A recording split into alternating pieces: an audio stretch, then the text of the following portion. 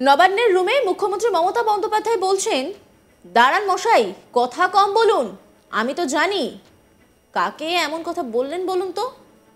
তিনি স্পষ্ট বলছেন আপনি কম কথা বলুন না। আপনি কি ভাবেন আমি কিছু জানি না? আরে দাঁড়ান মশাই, আপনি ওয়েট করেন না। আমার কি কিছু মনে নেই? আমার যথেষ্ট মনে থাকে।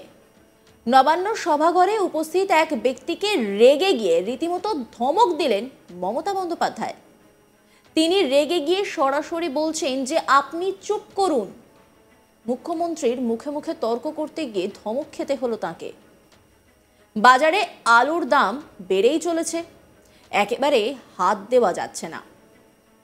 মারাত্মক সমস্যায় পড়ে গিয়েছেন সাধারণ মানুষ। তবে এবার সেই আলুর দামের হ্রাস টানতে মাঠে নামলেন খোদ বাংলার মুখ্যমন্ত্রী মমতা বন্দ্যোপাধ্যায়।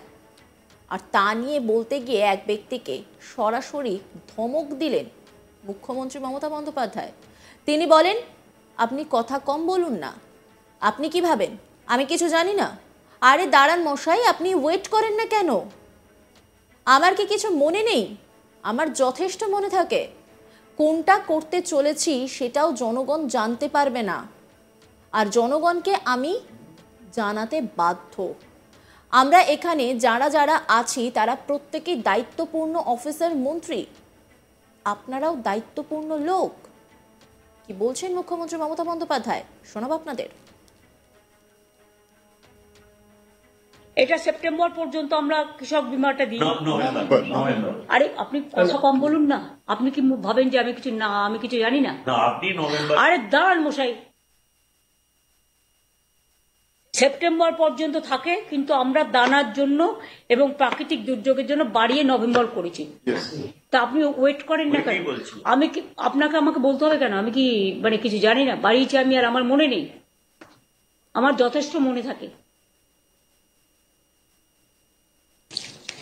আমি আজকে যেটা প্রেসকে বলবো যে প্লিজ এগুলো পজিটিভ ভাবে দেখুন, নেগেটিভ ভাবে দেখার চেষ্টা করবেন না। আপনারা কি করেন, পজিটিভ জিনিসটাকে অ্যাভয়েড করে অলওয়েজ নেগেটিভ ব্যাপারটাকে সামনে নিয়ে আসেন। তাহলে তো আপনাদের সামনে মন খুলে আমি ট্রান্সপারেন্সি মেনটেন করে, স্বচ্ছতা মেনটেন করে কোনো কাজ করতে পারবো না। আর তা যদি না করতে পারি, তাহলে জনগণ জানবে কি করে যে আমরা কি করতে যাচ্ছি, কি না করতে যাচ্ছি, কোনটায় ভুল কোনটায় ত্রুটি? এটাও তো জনগণকে জানাতে আমি বাধ্য, এবং সেটা সংশোধনের জন্য কি ব্যবস্থা করা হচ্ছে। আপনাদের এটা আমি অনুরোধ করব। আমি জানি কোনো কোনো চ্যানেল আমার একদম 100% এগেনস্ট, তারা একটাও পজিটিভ দেবেন না, টোটালটাই ন্যারেটিভ আর নেগেটিভ করবেন। তাই যদি করেন তাহলে জেনে রাখুন, আগামী দিন যদি আমি ট্রান্সপারেন্সি নিয়ে মিটিং করি তাহলে আমি তাদের বাদ দিয়ে করব। পরে আপনারা নিউজ কারেকশন করে নেবেন, কারণ আমি এটুকু কোঅপারেশন তো আপনার কাছ থেকে আশা করতে পারি। এখানে যারা আমরা বসে আছি প্রত্যেকে আমরা দায়িত্বপূর্ণ লোক, প্রত্যেকে দায়িত্বপূর্ণ অফিসার, প্রত্যেকে দায়িত্বপূর্ণ মিনিস্টার। হেজিবিজি কেউ নেই। আপনাদের ওখানেও যারা আছেন, আমিও আশা করি আপনারাও গুরুত্বপূর্ণ লোক, আপনারাও দায়িত্ব নিয়ে কাজ করেন। এইটুকু দায়বদ্ধতা আপনাদের কাছে আমি আশা করব। আর তা নাহলে আপনাদের সামনে মিটিং আমি করব না। পরে আমায় বলতে পারবেন না কেন টিভিতে হচ্ছে না, কেন আমাদের সামনে হচ্ছে না, লাইভ স্ট্রিমিং কেন হচ্ছে না। এটা আমার একটা পার্ট, যা ইনস্ট্রাকশন দেওয়ার আমি দিয়ে দিলাম। একই সঙ্গে তিনি রাজ্য পুলিশের ডিজিকে বলেন, বাংলায় আলু বাইরে চলে যায়, আমার প্রয়োজন মিটিয়ে বাইরে বিক্রি করুক, কোনো অসুবিধা নেই। আমি তো আগেই বলে দিয়েছিলাম, আমি তো ছাড়তেও শুরু করেছিলাম, কিন্তু বাংলায় দাম বাড়িয়ে অন্য জায়গায় মুনাফা করব আর আমি চাষিদের জন্য বিমা করব, দুটো একসঙ্গে হতে পারে না। অন্য কোনো রাজ্যের সঙ্গে আমাদের মার্কেটের তুলনা করব না। সব জায়গায় দাম বেড়েছে বলে আমাদেরও দাম বাড়াতে হবে তার কোনো মানে নেই। আমাদের রাজ্য ধনধান্যে পুষ্পে ভরা। আমার নিজের রাজ্যের মানুষ খেয়ে তারপরে যদি থাকে আমি নিশ্চয়ই সেটা বিক্রি করা শুরু করব। আমি বলেছিলাম 1 লক্ষ করে ছাড়বো, তারপরে যতটা পেরেছে নিয়েছে। আমি একটা কথা বলি, রাজীব কুমার তুমিও আছো, কিছু জিনিস নিয়ে সাবধান হতে হবে। হয়তো তুমি চেষ্টা করো, কিন্তু লোকাল পুলিশ সাহায্য করে না, রাজনৈতিক নেতাদের বিরুদ্ধে বেশি বদনাম করে, পলিটিক্যাল নেতারা টাকা খাওয়ার আগে 10 বার ভাবে, তাদের নিজস্ব একটা দায়বদ্ধতা থাকে। কিন্তু লোয়ার লেভেলের কিছু অফিসার, কিছু কর্মী যারা এই সরকারকে ভালোবাসে না, তোমার পুলিশেরও কিছু লোক, তারা টাকা খেয়ে বালি চুরি, কয়লা চুরি, সিমেন্ট চুরি করছে। আমি বলেছিলাম যত বালি পাথরের জায়গা আছে টেন্ডার করে দাও। সিআইএসএফ টাকা খেলেও আমাদের লোকেদের ধরবার অধিকার আছে, এটা মাথায় রাখো। চুরি হলে বলবে তৃণমূল চুরি করছে আর সিআইএসএফ পুলিশের একাংশ চুরি করবে। আমি এটা মানবো না। কি বলছেন তিনি, শোনাব আপনাদের। আলু বাইরে চলে যায়, আমার প্রয়োজন মিটিয়ে তারা বিক্রি করুক, আমার কোনো আপত্তি নেই, আমি তো বলেই দিয়েছিলাম।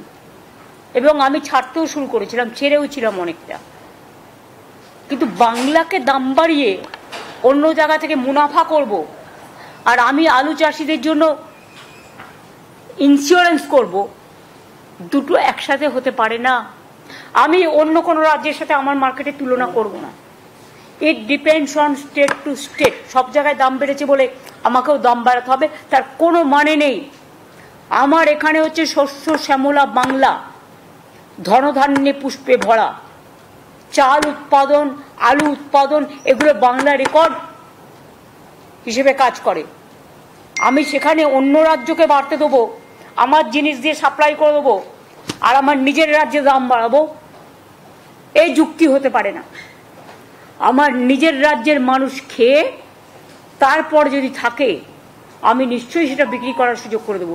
ইভেন আমি একথাও বলেছিলাম যে তোমার যদি পড়ে থাকে আমি আইসিডিএসে নিয়ে নেবো, আমি মিড ডে মিলে নিয়ে নেবো, তোমাদেরটা যাতে নষ্ট না হয় আমরা দেখব।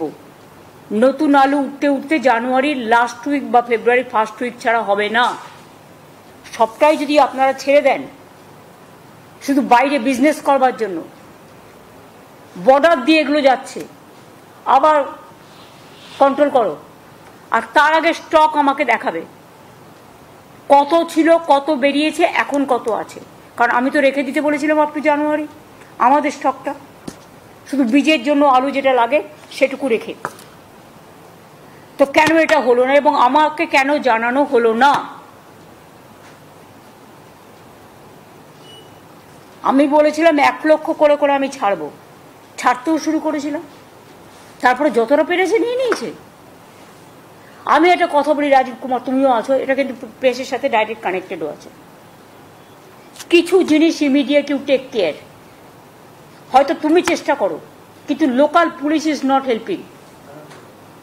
সবাইকে বলছি না, আমি একাংশ। পলিটিক্যাল নেতাদের নামে সবাই বদনাম করে বেশি। নজর রাখুন আজ তাক বাংলার ইউটিউব স্ট্রিমিংয়ে।